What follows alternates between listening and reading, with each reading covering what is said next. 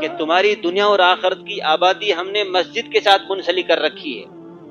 اگر مسجد کو نکال دیا جائے، مسجد کے مسئلے کو ہٹا دیا جائے اسلام سے، تو اسلام کی بنیاد باقی نہیں رہ سکتی۔ یہ شعائر اللہ میں سے ہے، اسلام کی بنیاد میں سے ہے۔ ایک مسلمان مسجد کے بغیر زندہ رہ ہی نہیں سکتا۔ آپ تاریخ اٹھا کر کے دیکھیں مسلمانوں کی اور اسلام کی، تو پتہ یہ چلتا ہے کہ مسلمان بغیر کھانے کے رہ سکتا ہے، بغیر پانی کے رہ سکتا ہے، بغیر مکان کے رہ سکتا ہے، مگر مسجد کے بغیر ایک مسلمان کبھی نہیں رہ سکتا۔ اللہ کے نبی صلی اللہ علیہ وسلم جب ہجرت کر کے، جب کفار اور مشرکین نے آپ پر ظلم کی انتہا کر دی، تو آپ نے اور آپ کے صحابہ نے ہجرت کی۔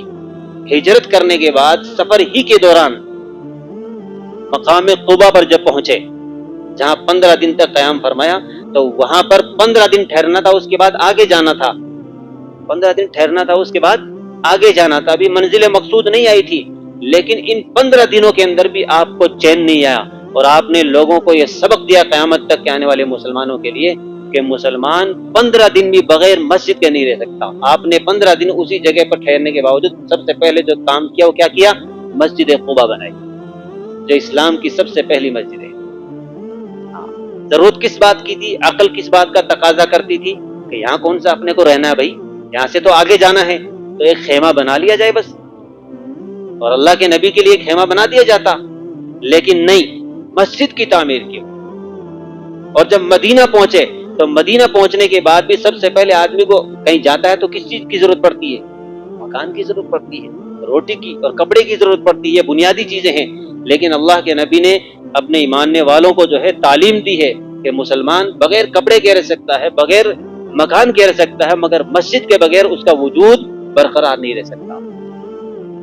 تو وہاں پر بھی جانے کے بعد سب سے پہلے اللہ کے نبی نے کیا تعمیر فرمائی؟ مسجد نبوی کی فکر کی۔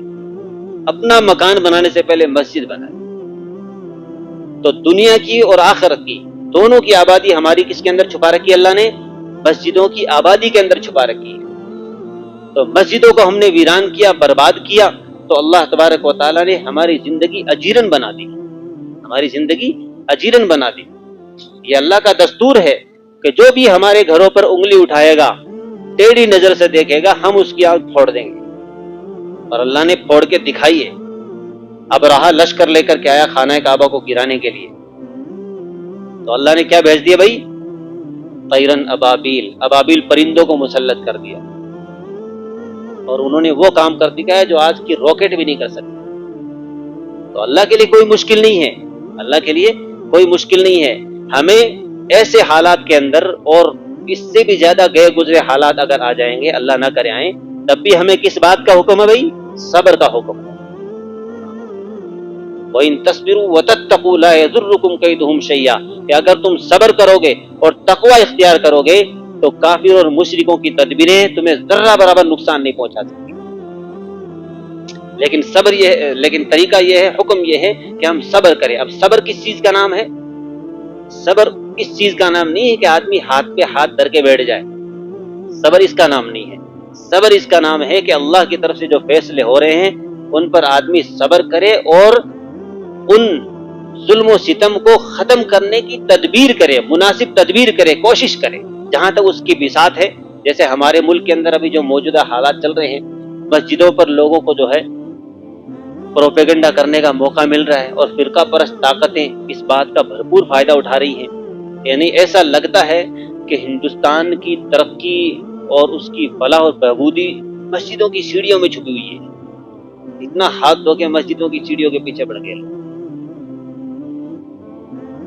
لیکن ابھی میں بیٹھ کے سوچ رہا تھا کہ یہ حالات، یعنی تو اللہ نے ایک بات ذہن میں ڈالی، وہ کیا تھی؟ قرآن میں ایک آیت ہے، ان مع العسر یسرا، ان مع العسر یسرا، کہ بے شک مشکل کے بعد آسانی ہے۔ یعنی حدیث میں بھی آتا ہے کہ اللہ کے نبی نے ارشاد فرمایا کہ ہر شر کے اندر خیر چھپا ہوا ہوتا ہے، ہر شر کے اندر خیر چھپا ہوا ہوتا ہے۔ یعنی کوئی بھی برائی آتی ہے تو خالی اپنی اکیلی برائی نہیں آتی، اس کے ساتھ میں خیر بھی آتی ہے۔ تو یہ میرے سامنے یہ بات آئی، میرے دل و دماغ کے اندر یہ بات کھلی، اللہ نے کھولی کہ جو لوگ مسجد کی سیڑھیوں تک پہنچ گئے، قریب ہے کہ اللہ تبارک و تعالیٰ ان کو مسجد میں آنے والا بنا دے گا انشاءاللہ۔ جو مسجد کی سیڑھیوں تک پہنچ گیا ہے تو انشاءاللہ اللہ کی ذات سے امید ہے کہ وہ مسجد کے اندر سجدہ کرنے والا بھی بنے گا انشاءاللہ۔ یہ خیر اس کے اندر چھپی ہوئی ہے، اور اللہ جس سے چاہے کام لے لے، اللہ جس سے چاہے کام لے لے۔ منگولوں کی تاریخ اٹھا کر کے دیکھو آپ، وہ مسجدوں کو توڑنے کے لیے جاتے تھے، انہی میں سے ایسے لوگ تیار ہو گئے جو مسجدوں کو آباد کرنے والے بنے، اور جیسی مسجدیں انہوں نے توڑی ہیں، برباد کی ہیں، اس سے اعلیٰ درجے کی بلند و بالا عمارتوں والی مسجدیں انہوں نے تعمیر کرائی۔ تو اللہ جس سے چاہے کام لے لے۔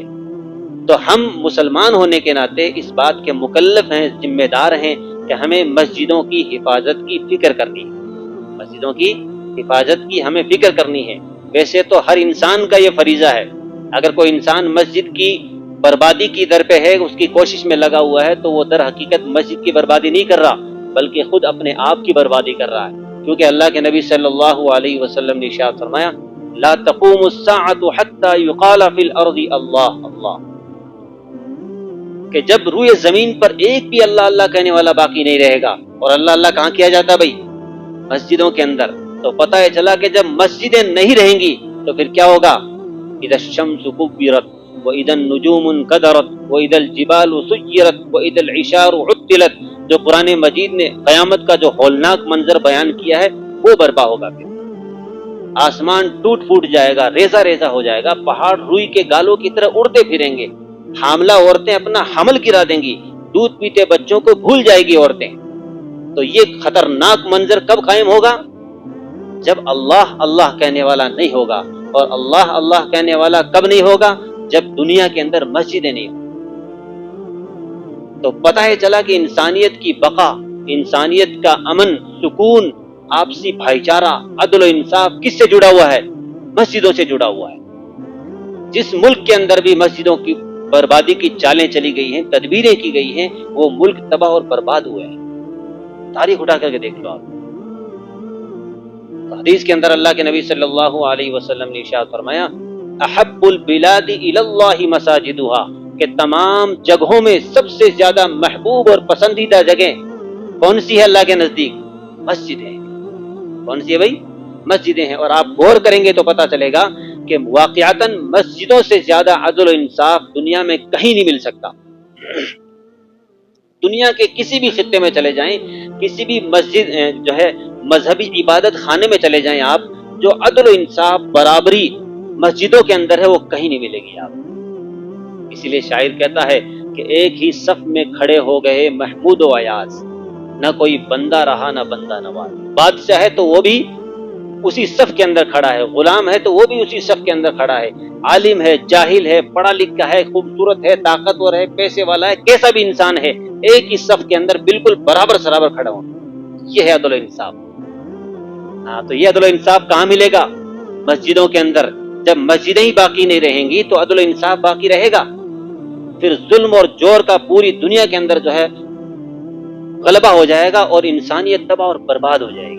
تو اس لیے اللہ کے نبی نے فرمایا احب البلاد الی اللہ مساجدها، تمام جگہوں میں سب سے زیادہ محبوب جگہ کون سی ہے؟ مسجدیں ہیں۔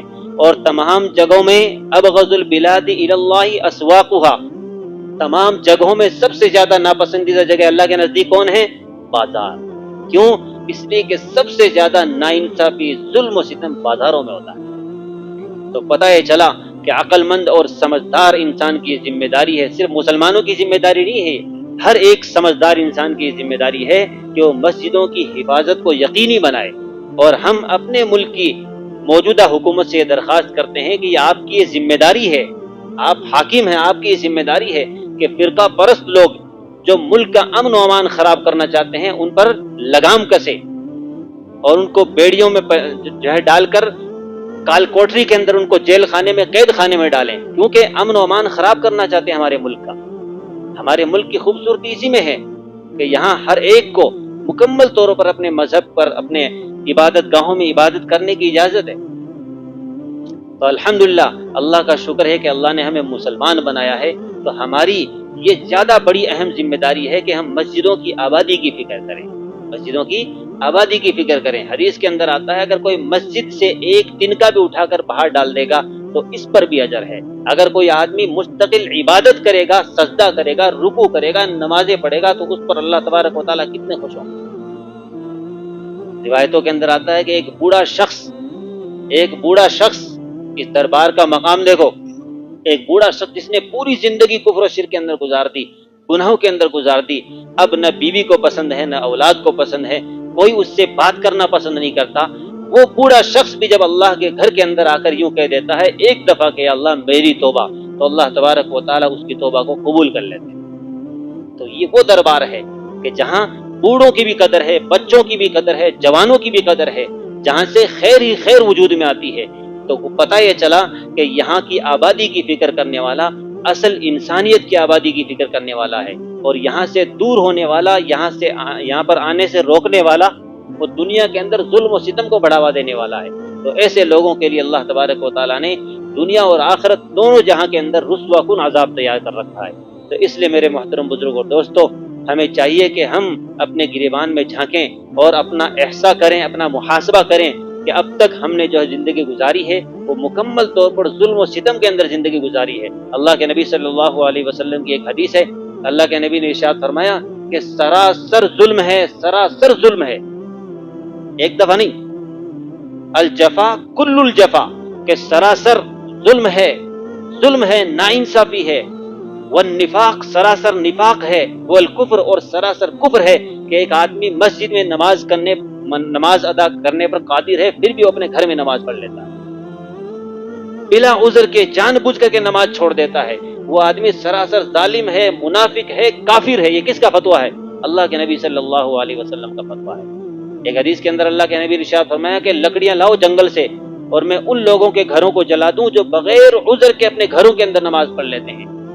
تو بے شمار فضائل ہیں، ان تمام فضائل کی روشنی میں پتہ ہی چلتا ہے کہ مسلمان مسجد کے بغیر زندہ نہیں رہ سکتا، مسلمان مسجد کے بغیر زندہ نہیں رہ سکتا۔ تو اس لیے ہمیں چاہیے کہ ہم اللہ سے لو لگائیں اور مسجدوں کو آباد کرنے والی محنت میں لگیں گے، انشاءاللہ کریں گے سارے ساتھی انشاءاللہ۔ اللہ تبارک و تعالی ہمیں جو ہے کہنے اور سننے سے زیادہ عمل کرنے کی توفیق عطا فرمائے۔ وآخر دعوانا عطا فرمائے۔ وآخر دعوانا